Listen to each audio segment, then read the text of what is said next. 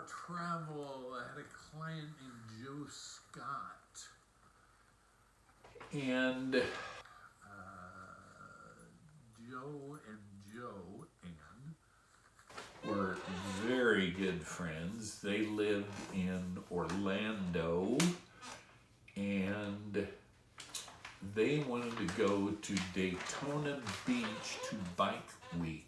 Daytona and Sturgis being the two biggies. So, this is what I wore. White jeans, totally white Reeboks, and like a Neapolitan ice cream striped shirt. We walk into a bar in Daytona, and a biker bar, and you could hear a pin drop. Nobody's moving except my left hand. And all of a sudden, they all just scream and laugh, and they're all coming up to me and saying, "We don't know what you're thinking, but anybody who will pull this dress off gotta be a good guy." And that was.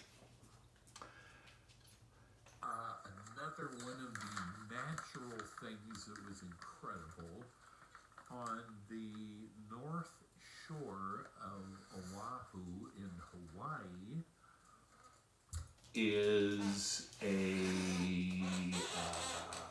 surfing spot called Pipeline. And Pipeline for weeks has big curls of water, like you see people zipping through on their board.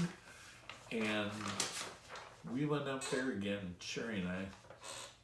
We went up there, and good God, it was amazing. Mount Rainier in Seattle. Still a strange deal. It was, 50, 75 yards or miles away from Seattle. And it looked like it was 10 feet from it. It was so freaking big. That's a picture I'll never forget. Roe Sanctuary, just outside of Grand Island, is where you can go in late March to mid-April and see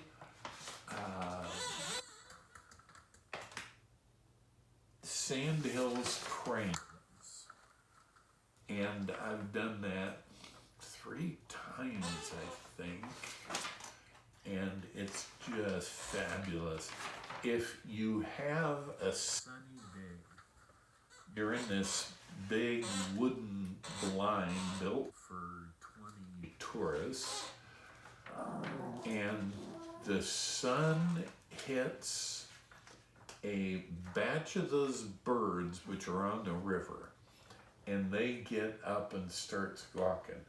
And then the sun, over the course of a few more seconds, moves a little further. And those birds get up.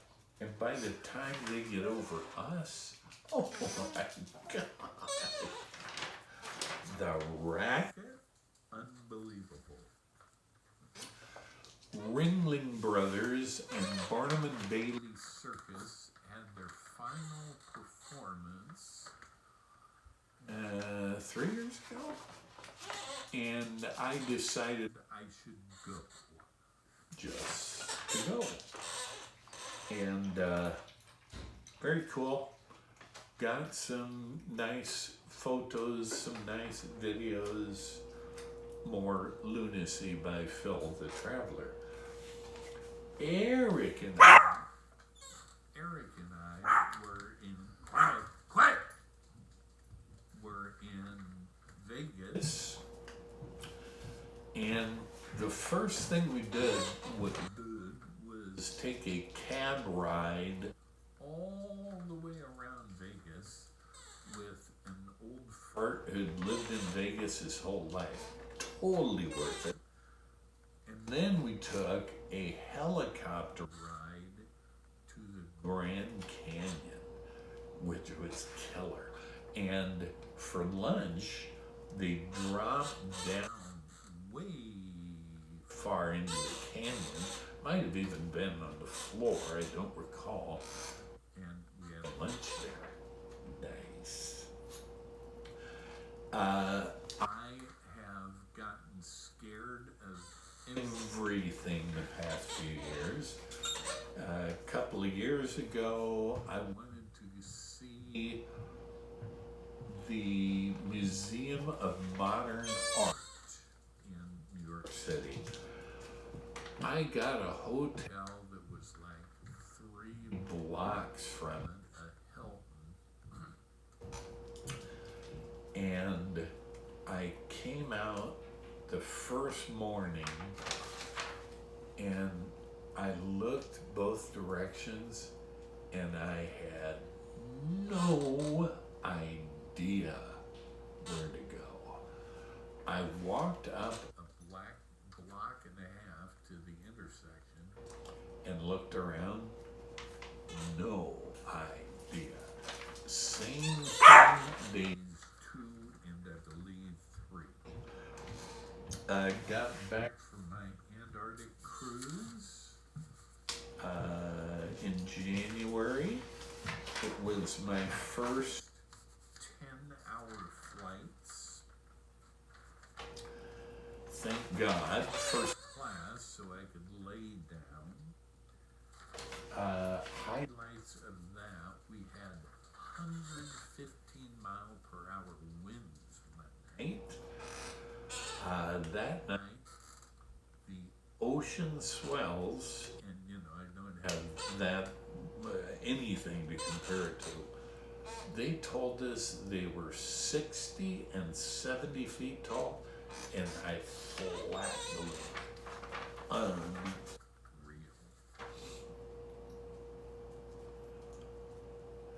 I really wanted to see 251,000 penguins, and so it was disappointing.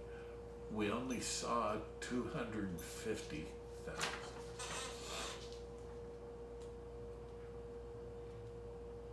Oh, whales over a period of 15 days.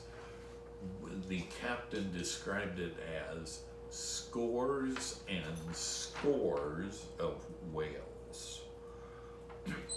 Oh, I didn't bring my trazodone, which is my sleep pill, and therefore had horrific sleep for 2.5 weeks. I had a couple of bartenders at a bar way in the back by the pool, and I would see them at breakfast for a Bloody Mary, lunch for whatever my drink of the day was, and same at dinner, and then go into dinner. So I saw them every freaking day of that cruise, which was 17 days or something. And we exchanged emails, and I get email from those boys. And then my cabin steward was Edwin, another just great experiences. Paying for everybody's meal, always. Back in my CPA and May telemarketing and early CFO years, I would go to lunch pretty much literally every day and have 4 people. And I would buy everybody's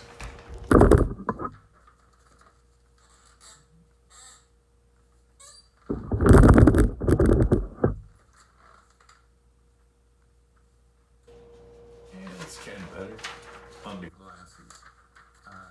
Everybody sneezes. And I did this for years and years and years, and people would bitch about it every can't have my mind. But another one I love. If I was sick even for a day, it was unusual. So when I would come back and say, well, it's no wonder that I was sick. I was written up in the New England Journal of Medicine. I was so sick. And people would buy that hook, line, sinker. And as I now say, why wouldn't you? Why would you expect someone to be a pathological liar? Oh, one of my best friends, till he died in recent years, was Roy Stevens. And Roy used to tell me that he hadn't filed a tax return in years, even in the years he was making $100,000. Eventually it pissed me off because he knew I had worked at the IRS, so I did what any good friend would do. I turned him into the IRS. They never did anything, but I tried. Probably the most terrified I've ever been was I took a horse ride with somebody like between Omaha and Fremont, and at the end of the ride, the last few hundreds of yards, the guy leading the horsey ride went, "Get up!" And my horse and every other but my horse took off at a gallop. And I do not kid you, I was holding on to that horse around its neck. Not fun. Sunset Speedway. I was in a race around that. I won a race around Sunset Speedway. I moseyed along at about 10 miles per hour and won the race. And my mom made a point of everyone knowing that I was Fat Bastard from Fat Bastard Racing, which was in a Mike, second name will come to me, on Saturday Night Live, Mike Myers movie. We belonged to some country clubs over the years, which, if you'd told me that when I was younger, I wouldn't have been a believer. Oak Hills, kind of cheesy. Shadow Ridge, kind of fabulous. And Firethorn, the time the best one in the state. And I joined a couple of those because golf was really the first thing that Adam was interested in. So, hell, I had a boat, and we found cheap winter storage at a friend of Joe Lamori's, a really good friend of mine. And we stored it there knowing that there were emus on the property. Well, we got back in the spring, the emus had gotten under the leather snapped cover and crapped everywhere. Just a nightmare.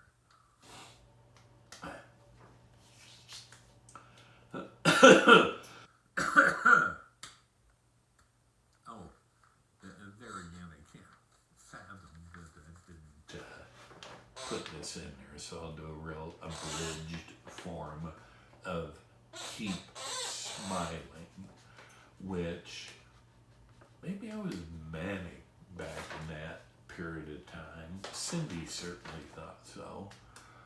And the whole concept was I had started saying keep smiling to register operators at stores. And 80–90% of the time I got a keep smiling back. So I took that and looked into a patent, etc., etc., etc.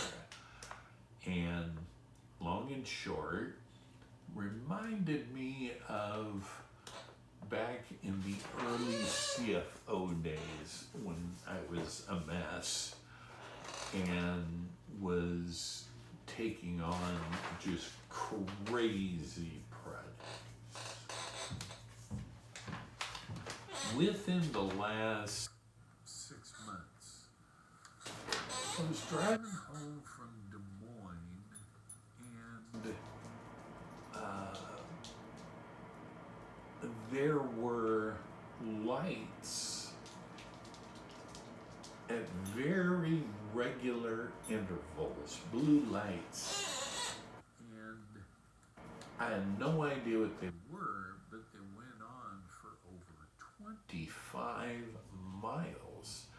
And interval, kind of hard to judge. In the middle of the night, maybe a quarter of a mile. I think I figured out what they were. Was some of Elon Musk's infrastructure for his satellite Wi-Fi program. Interesting. Don't know if I talked about boating the Mizzou. God, we lived on the Missouri for several years. What would be the coolest story there? I don't know. We did a lot of skiing. We went to Sioux City. When we came home, we drove into a storm. Unbelievable. And in a bad way. And we were in what was called the shrimp boat. It looked like a shrimp boat. I had gotten a complete cover for it, clear. And yeah, we came home in the worst storm you can believe. Two famous Phil-isms. If you want to know where to eat, ask the pudgy people. And then here's one that'll make you puke. I'd pay money to be me. Concerts.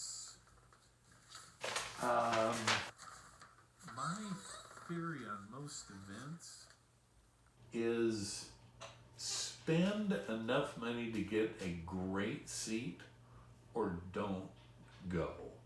I have never enjoyed sitting in the upper balcony toward the back. I just had an Uber driver this week, and we were talking about heavy metal bands like Metallica and way heavier. Hi, Eric. And he was telling me the list of people he's seen. It's fairly impressive, mainly heavy metal.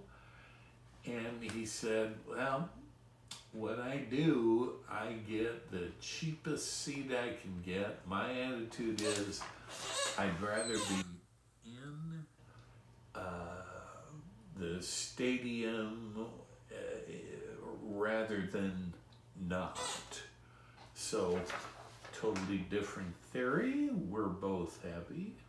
I'm also famous for leaving early from damn near everything, so that I'm not fighting getting out and therefore fighting traffic. And that has evolved into I want seats on the aisle, or I'm not going to be happy. So, you wouldn't have heard of Promise Keepers, I don't think. It was a religious, darn near cultish thing that a guy named Bill McCartney from Colorado started. And the basic premise was that you treat your wife like a queen. Obviously, I wouldn't like that. He had a speaker at the one I attended, and I went because I thought, well, weird, but let me go. He had a speaker, and the guy was talking about Christ rising from the dead. And he put it in terms I have never heard. He said, they're still looking for his bones. Interesting. Now, I know you guys are going to say, well, you know, cremation is a going on there.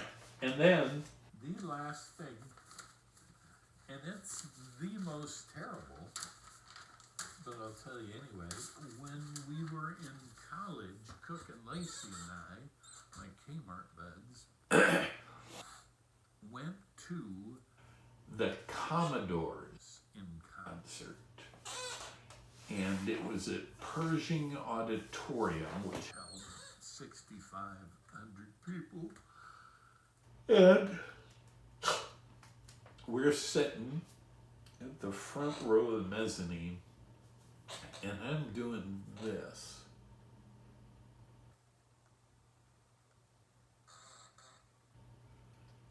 And I look at them and I go,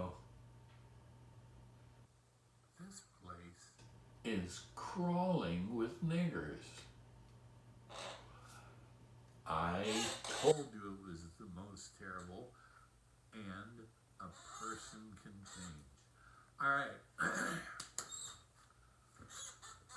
Epilogues, I'm going to do these whenever. This one was 9 months and took 2 freaking hours. So we'll just kind of go from there. November 5th, 2023. Pappy is 66 years old. So is Pops. So is Fed.